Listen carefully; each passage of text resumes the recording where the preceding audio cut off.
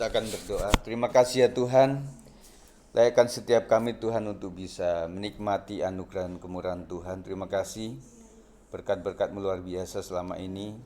Berkat tubuh, jiwa, dan roh kami Tuhan, kami ucap syukur. Kami boleh ada dalam kesetiaan oleh karena kekuatan yang Tuhan berikan kepada setiap kami. Kami ingin diberkati Tuhan supaya betul-betul kami menjadi orang-orang percaya yang siap dalam segala keadaan Tuhan. Terima kasih, kami akan belajar sama-sama. sekali akan mengganggu dari roh-roh jahat kuasa gelap yang akan membuat kami tidak bisa mengerti firman Tuhan, dihancurkan dalam nama Yesus Kristus. Setiap kami ubah, berikan hati yang mau dibentuk, mau dididik, hati yang lembut, sehingga kami boleh cepat disembuhkan dan dipulihkan. Demi nama Yesus kami siap untuk belajar. Haleluya, amin. Silakan duduk. Puji Tuhan Ibu-ibu sekalian. Kita akan melihat dalam pembacaan kita dalam Matius 20 ayat 26. Saya beri judul renungan sekarang ini, mulia dalam kesederhanaan. Ya. Jadi Ibu sekalian, bahwa dalam kesederhanaan juga ada kemuliaan. Kalau kaya itu adalah anugerah, tetapi sederhana itu indah, begitu ya. Daripada kaya berujung miskin, mendingan dari yang gak punya apa-apa kita semakin diberkati dan limpah. Amin. Kita akan baca sama-sama Matius 20 ayat 26. 1, 2, 3. Barang siapa ingin menjadi besar di antara kamu, hendaklah ia menjadi pelayanmu. Firman Tuhan dan realita hidup sederhana. Banyak wanita hidup dalam kesederhanaan. Bangun pagi-pagi untuk menyiapkan makanan, seperti Bu Femi tadi saksikan. Kemudian mengurus anak dan suami, ya. Kalau suami masih ada di rumah, itulah urusan ibu-ibu ya. Kemudian mencari nafkah dengan usaha yang kecil, warung begitu ya. Dan juga hal-hal yang sederhana. Mungkin tidak berpendidikan tinggi, tidak terkenal, tidak punya banyak harta. Tapi justru kepada mereka Tuhan Yesus menyampaikan pesan ini. Barang siapa ingin menjadi besar, hendaklah ia menjadi pelayan. Tuhan tidak mencari wanita dengan gelar, posisi, atau kekayaan. Dia mencari hati yang mau melayani dengan kasih dan ketulusan. Tak peduli betapa sederhananya hidup mereka. Jadi kita merasa bahagia sekali menjadi orang apa adanya karena semua karena kemurahan Tuhan saja. Ya. Jadi tetap bangga dengan diri sendiri ibu sekalian. Kita tidak bisa terlalu banyak menuntut kepada suami juga, yang akhirnya kita juga ikut bekerja untuk menafkahi keluarga, dan itu adalah upaya kita supaya kita bahagia. Ya. Apa arti pelayanan bagi wanita sederhana? Menjadi pelayan bukan berarti harus berdiri di mimbar atau dikenal orang yang banyak. Ya. Jadi pelayanan itu tidak selalu begitu. Memang kebanyakan orang kenal kalau melayani pasti di mimbar gitu ya, di podium, di tempat-tempat yang mulia. Tetapi pelayanan untuk keluarga itu adalah pelayanan yang mulia. Jadi tetap lakukan itu dengan setia, karena yang memberi upah itu adalah Tuhan sendiri. Pelayanan bisa terjadi setiap hari saat memasak untuk keluarga dengan kasih, ya, masaknya dengan kasih, bukan dengan ngomel-ngomel begitu ya. Saya percaya meskipun bumbu sedikit, kalau masak dengan hati enak rasanya. Tetapi meskipun itu bumbunya mewah, lengkap, tetapi kok sambil ngomel-ngomel, saya percaya yang makan juga gak seenak seharusnya gitu loh. Pokoknya layani dengan hati sajalah. Dan Tuhan tahu kok. Makanya pada saat kita mau masak, lagi mempersiapkan segala sesuatu, kita doa sama Tuhan. Tuhan jamah bayam, Tuhan jamah kangkung, Tuhan jamah bawang merah, bawang putih, garam, semuanya Tuhan jamah begitu ya, supaya jadinya enak gitu ya. Saya percaya bahwa taste seseorang itu ciptaan Tuhan ya. Jadi kalau misalnya begini, misalnya orang sakit aja, makanan mewah jadi nggak enak tuh. Tetapi kalau kita sehat, makanan sederhana itu jadi enak gitu loh. Nah artinya ya tergantunglah, kalau kita memang dengan hati yang bersyukur, makanan apapun menjadi enak. Jadi masalahnya, pertanyaannya bukan kita sedang makan apa, tetapi kadang-kadang kita sedang makan bersama siapa, ya. Nah kalau ibu-ibu sama anak-anak yang ngumpul gitu kan seneng ya, ada suami seneng begitu ya. Tetapi kalau makan enak terus sendirian kan nggak enak itu, ya bener nggak enak. Tetapi kalau terlalu banyak yang kita bawa juga kita mikir gitu loh, kantong kita jebol kan.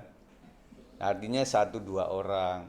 Dan kalau kami misalnya makan juga kadang-kadang suka 1 berdua gitu loh. Bukan apa, perut kami sudah nggak bisa banyak lagi gitu. Ya, kalau misalnya pesen satu-satu kemudian nggak habis, mau suruh bungkus ya bisa, tapi nggak enak gitu loh. Maksudnya ya masa sih segitu aja mesti dibungkus gitu ya. Ya emang jujur begitu. Jadi masa kita sulit kadang-kadang di atas itu ya. Masa masa di kita sih nggak habis-habis gitu loh. Makanya saya suka bilang kepada jemaat teman-teman semuanya, kalau ada makanan bawa ya bawa pulang, jangan nyisain di sini. Nah, misalnya dikasih ke mama mertua, papa mertua juga nggak banyak makan mereka. Gitu loh. Jadi ya yang bisa anak kami juga bukan yang apa-apa mau gitu loh. Kecuali telur ya. Jason sama Yap itu ada telur udah aman gitu ya. Mereka nggak banyak nuntut. Jadi misalnya ada makanan, misalnya ada teman jemaat yang kasih kue roti gitu ya misalnya banyak gitu ya dari warung gitu ya. Ya saya istri kadang makan, habis itu anak-anak nggak nyentuh. Jadi akhirnya kadang saya nggak enak ya di kulkas itu kan masih disimpan ya. Kalau misalnya sang pemberi itu suka buka kulkas kadang-kadang, aduh ini kayaknya 3 hari lalu kok nggak habis-habis gitu loh. Sampai kayak gitu ya. Tapi ada kebahagiaan ketika kita itu makan bersama-sama gitu. Kan saya pernah cerita tuh waktu itu eh, si Jason ke Arko waktu itu ya. Saya sama istri berdua mau ke Bandung waktu itu. Yuk kita ke Bandung, saya rindu banget waktu itu ya. Kemudian udah sampai ke pom bensin itu. Akhirnya kita berdua mikir, ngapain ya ke Bandung nggak bawa anak gitu. Akhirnya balik lagi kita. Nggak jadi ke Bandung. Ya anak kami susah diajaknya ya. Mungkin laki ya, nggak tahu kalau teman-teman itu. Abraham masih mau bu ya? Nggak juga, oh sama berarti ya. Saya kadang iri hati sama iri hati positif asap. Anaknya perempuan semuanya. Jadi kemana-mana ngintil gitu ya. Kok rasanya kok enak. Meskipun kadang juga teman kita itu juga repot gitu loh karena semuanya dia kan laki-laki satu-satunya di rumah itu. Semuanya perempuan gitu ya. Tetapi mereka suka jalan orangnya. Dan hari ini juga mereka jalan ke puncak tadi pagi ya. Saya tanya Kak Siska juga tadi video call, mereka sudah sampai dengan aman. Saya bilang kemarin waktu minggu tuh, memang kalian nggak bisa batal kan? Ini kan lagi rame nih. Oh enggak Pak Jutu, kita malah pengen ke puncak itu, ngadem gitu ya. Ya sudahlah silakan. Tapi kami nggak ikut ya karena ada WBI. Kami hanya doain kalian saja. Dan akhirnya tadi saya tanya, nanti kalian bagian doa malam kelima itu bagian doa syafaat ya. Coba nanti dites di sana itu eh, jaringannya bagus atau enggak gitu ya. Ya udah saya kasih tugas begitu. Ya puji Tuhan ya. Jadi itulah keluarga kita ya, unik-unik. Emang betul Bu Femi unik. Jadi nyebar kemana-mana gitu ya. Ya disengaja atau tidak disengaja ya cerita hidupnya seperti itu. Tetapi kan kalau kita pengen semuanya ngumpul di rumah juga nggak produktif ya Bu ya. Misalnya semuanya Pak Anton di rumah, Fani di rumah, Tirsa di rumah, Abraham di rumah, semuanya juga belum tentu produktif gitu loh. Ya, tetapi ketika satu di sana, bapaknya di sana ya ya puji Tuhan itu jalan berkat. Fani bisa kuliah di sana, itu adalah anugerah Tuhan. Ya puji Tuhan teman keluarga di sana kan juga ikut ambil sikap gitu loh. Dan juga teringat sahabatnya si Putih Nege kan, jadinya begitu. Iya. Dulu masih berdua-dua gitu ya Bu ya. Nggak tahu si Putih Nege kadang-kadang juga pengen balik lagi tapi ya urusannya beda lagi ya kita doakan aja lah. Karena hidup kita itu ibu-ibu sekalian ya meskipun kita berjamaah sama-sama bahkan satu marga atau satu farm di dalam satu wilayah nggak selalu kita bisa ngumpul terus gitu loh. Kita berpikirnya begitu. Lama-lama dia juga itu dan anak-anak juga begitu kan. Anak kami sudah cukup besar yang Yafet itu. Dan kemudian kita berpikir, mereka belum nikah, kayak dia kan belum nikah. Tapi itu pun juga sudah susah ngumpul gitu, apalagi sudah menikah gitu ya. Nah, kembali lagi dan kemudian kadang berdua di sini ya. Apakah kita naik turun ini sampai tua ya? Nggak tahu ya, kita gimana ya. Namanya kaki-kaki kan nggak selamanya sehat ya. Ya nggak tahulah nanti, pokoknya terserah Tuhan sajalah bagaimana jalan kehidupan ini. Ya. Tetapi intinya yang kita inginkan itu kita tetap setialah kepada Tuhan itu saja. Kita jagain anak-anak dan juga keluarga kita seluruhnya, kita doakan semuanya. Saat memasak untuk keluarga dengan kasih itu adalah sebuah pelayanan. Saat merawat orang tua yang sakit dengan sabar. Ya, kalau beberapa teman kan bukan orang tua, kadang-kadang pasangan hidupnya atau anaknya, seisi rumahnya gitu ya. Itu adalah melayani. Makanya harus dilakukan dengan sungguh-sungguh dan dengan hati gitu loh. Jangan terlalu banyak ngomelnya juga. Tetapi kalau memang itu secara medis harus dilakukan, ya kita bisa ngomel juga sama dia. Ini kan demi kesehatan gitu loh. Ya kita lakukan itulah dengan kasih ya. Dan kemudian saat tetap berdoa dan bersyukur meski penghasilan pas-pasan. Ya Ibu sekalian, saya percaya kok ketika penghasilan meskipun sedikit, kalau kita dengan ucapan syukur itu diberkati oleh Tuhan. Ya. Tapi sebaliknya kalau misalnya penghasilan banyak tapi ngomel terus juga sang pemberi rezeki, ini gimana sih? Orang kok begitu? Ya. Contohnya kita lah, misalnya kita kasih sedikit kepada orang itu dan kemudian terima kasih ya. Aduh ini berkat Tuhan luar biasa. Rasanya pasca itu kita pengen memberi lagi loh. Benar enggak? Kita pengen memberi. Misalnya ibu-ibu masak nih udah susah payah dari pagi gitu ya. Kemudian dikasih, disediakan, dan kemudian orang itu ngomel-ngomel, kira-kira pikiran apa kita? Ah, saya nggak akan masak-masakin lagi lah orang itu. Kan begitu. Tetapi meskipun itu rasanya nggak enak menurut kita, gimana Bu? Oh enak, keren loh masaknya gitu. Yuk kita pengen masak lagi untuk dia itu. Tuhan juga begitu. Ketika anaknya diberi kasih sedikit misalnya gitu ya, dan dia tetap bersyukur, rasanya wah lain kali Tuhan akan memberkati kita limpah-limpah lagi. Makanya bersyukur saja ibu-ibu ya. Saat memberi sedikit yang dimiliki kepada tetangga yang lebih susah. Nah ini juga perlu, secara sosial kita juga memperhatikan keluarga, tetangga-tetangga kita yang dekat itu butuh perhatian juga mereka itu ya. Dan kemarin itu kami berdua kan pengen ngadem ya, karena Jason nggak mau diajak, kami ke Margo ceritanya. Nah selalu kami kan, istriku yang tahu duluan, itu Mas Hari itu saya kejar Pak Hari Sembulur. Nah situ ngobrol di situ. Nah, ketemunya kami kan sekitaran begitu-begitu ya. Nah pasca itu memang malamnya atau hari berikutnya dia ke Lampung. Yang saya posting juga yang ketemu adik saya juga, bapak ibu juga ketemu, dan termasuk Om Ruhut Sitompul yang ikut. Nah mereka tim dari Jakarta berbagi berkat gitu loh. Dan kemudian Pak Hari bilang, ya puji Tuhan lah sampai hari ini saya berbagi berkat kepada wilayah dia gitu loh. Dan akhirnya memang dia bilang, saya sekarang jadi RW loh. Masa bener? Serius? Bener. Kenapa? Orang itu percaya karena saya itu sudah memulai memberi kepada lingkungan itu sudah beberapa yang lalu gitu loh. Nah akhirnya mereka percaya, udahlah angkat jadi RW saja. Nah puji Tuhan, jadi ternyata kebaikan kita itu akan Tuhan yang mengangkat.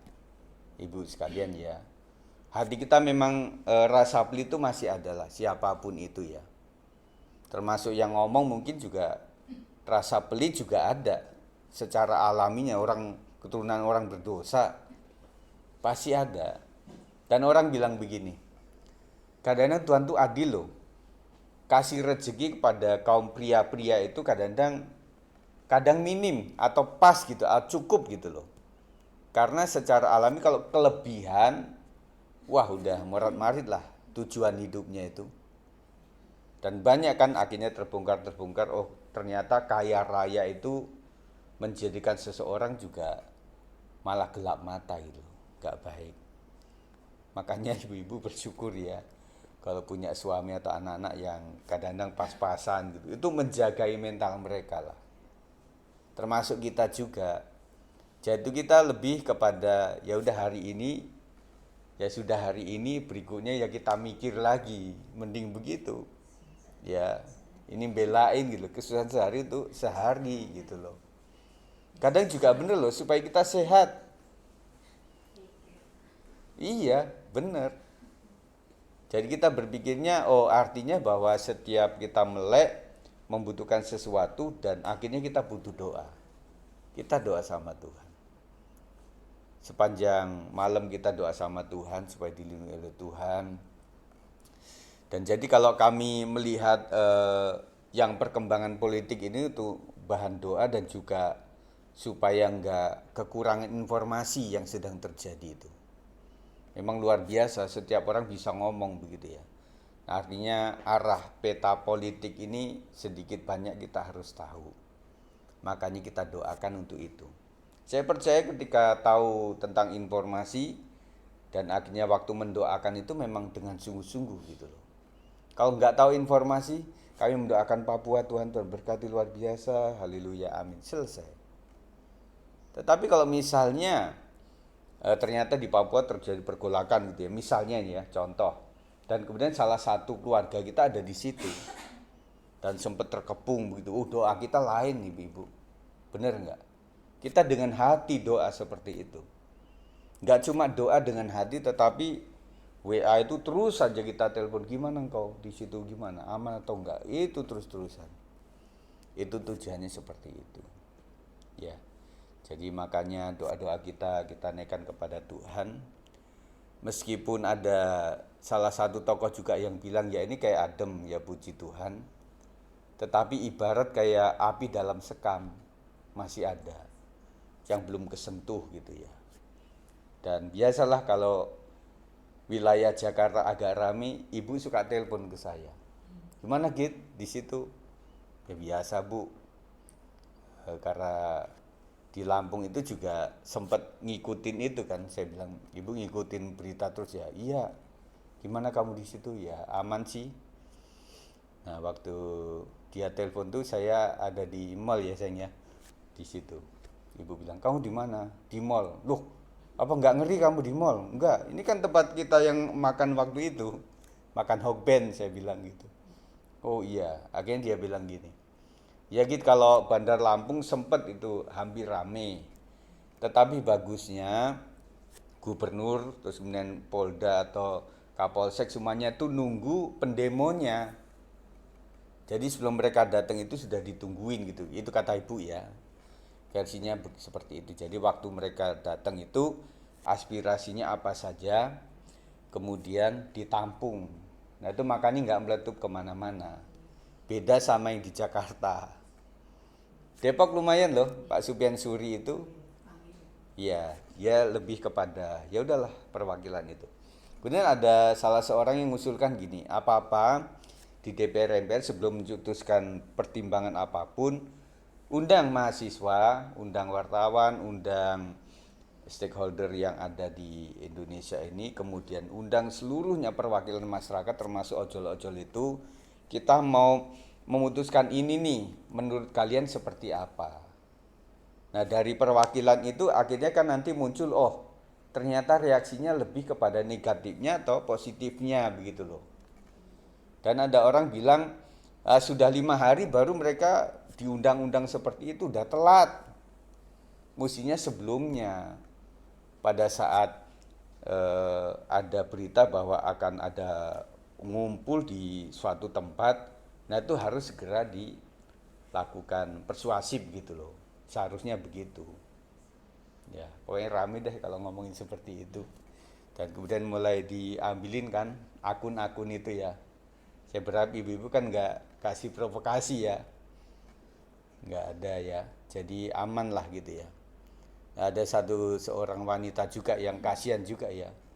Ya termasuk itu driver yang giles ojol itu. Kok nggak salah orang timur ya bu ya. Iya. Jadi ada netizen yang bilang kasihanlah bapak ini kan jasanya luar biasa waktu menghadapi apa-apa itu kan banyak dia berjasa, masa dengan begitu langsung dicopot gitu loh. Kemudian juga ada sebuah tayangan video juga, ada yang memang si Afan ya almarhum itu, iya jadi enggak, posisi dia itu kayak didorong sama orang lain gitu loh katanya ya. Yang nggak tahu loh, yang berita itu kan antara AI juga kerja dan juga buzzer juga banyak itu. Jadi dan memang posisi dia itu bukan menghadap gitu. Kalau orang mendemo kan pasti menghadap ke mobilnya. Dia itu kan memang jongkok menghadap ke sana. Dan ada sebuah video yang ada yang dorong gitu loh. Itu kalau dibawa ke pengadilan lumayan sebenarnya. Untuk menjadikan bahwa ini ya dalam waktu yang sedang mobil ngebut ada yang dorong. Mestinya ya nggak tahu lah. Nah, jadi ibu-ibu itu ya. Jadi kita bersyukurlah apapun kita masih aman, semua adalah anugerah Tuhan.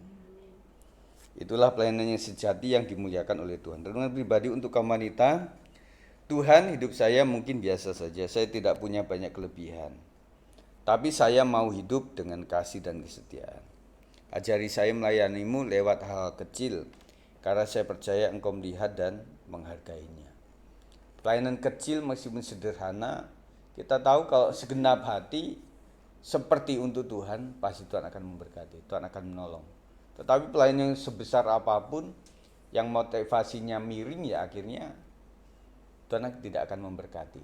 Nanti waktu yang menunjukkan itu. Firman ini berpesan Tuhan tidak melihat penampilan luar, tapi melihat hati. Wanita sederhana yang setia melayani dalam diam, tanpa pamrih dan tanpa ingin dipuji adalah wanita yang besar di mata Tuhan. Makanya apapun yang kita lakukan, firman Tuhan mengatakan seperti untuk Tuhan itu memang bukan tujuannya kepada Tuhan, tapi seperti itu mental kita. Dan saya lakukan seperti ini seakan-akan kepada Tuhan. Kita lebih bertanggung jawab. Dan orang juga menghargai itu ya. Penutup, jangan kecilkan dirimu karena hidupmu sederhana. Tuhan Yesus meninggikan mereka yang rendah hati dan melayani. Kesetiaan dalam hal kecil adalah kemuliaan besar di kerajaan Allah. Jadilah seperti anak kecil, sederhana, tulus, dan taat kepada Tuhan.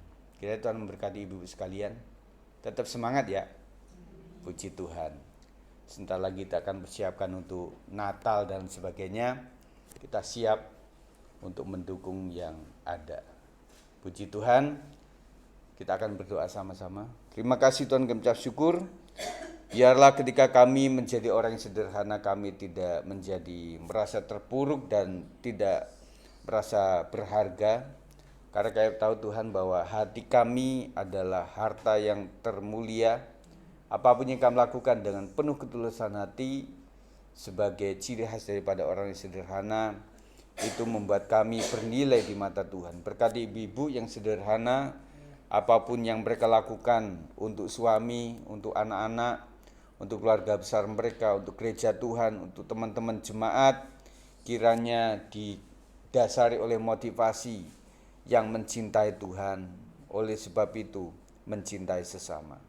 Berkati ibu-ibu Tuhan dengan segala apapun yang mereka lakukan, dengan usaha warung, dengan usaha bisnis yang digeluti dalam rangka menciptakan, melahirkan anak-anak yang semakin besar dan menjadi berguna bagi keluarga dan bagi gereja Tuhan dan juga bagi negara Indonesia. Kami serahkan semuanya upaya mereka ke dalam tangan Tuhan. Terima kasih, berkati ibu-ibu ini luar biasa, jadikan mereka tetap taat sampai kesudahannya Tuhan. Terima kasih, kami sudah belajar demi nama Yesus, kami diberkati oleh Tuhan. Haleluya, amin.